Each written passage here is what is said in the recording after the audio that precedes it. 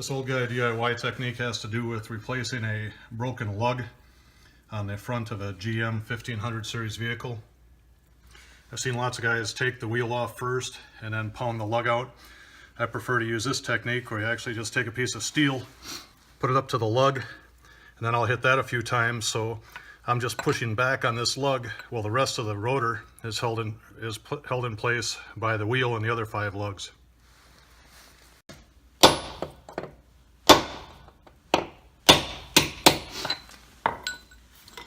Alright, so the lug is broken loose.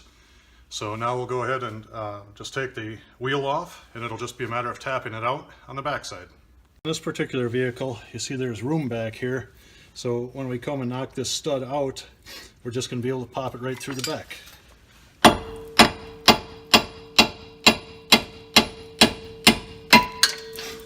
That's it. When you look at the stud, you see the splines here, and that's what actually engages it into the hub. So when we come from the back, you just stick it through the hole, pull it in, and as you rotate it just with your hand, you can feel when the splines line up.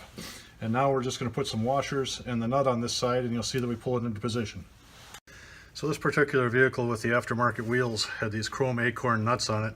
And what I'm trying to do is pull the nut down all the way to the face here. So if I use the acorn nut, it would bottom out, and I'm only using 2 washers.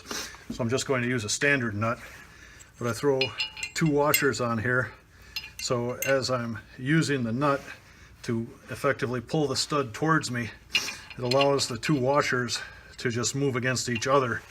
And I set the torque gun to 2 so I don't apply too much torque and crank the living heck out of the thing. And then we just bring it down, let it find home.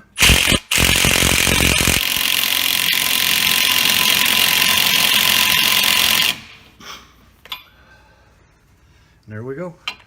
I'll just take it off. And as we tighten this up the last little bit by hand, if you watch the washers, you can see the one nearest to the wrench moves while the one against the rotor stays put.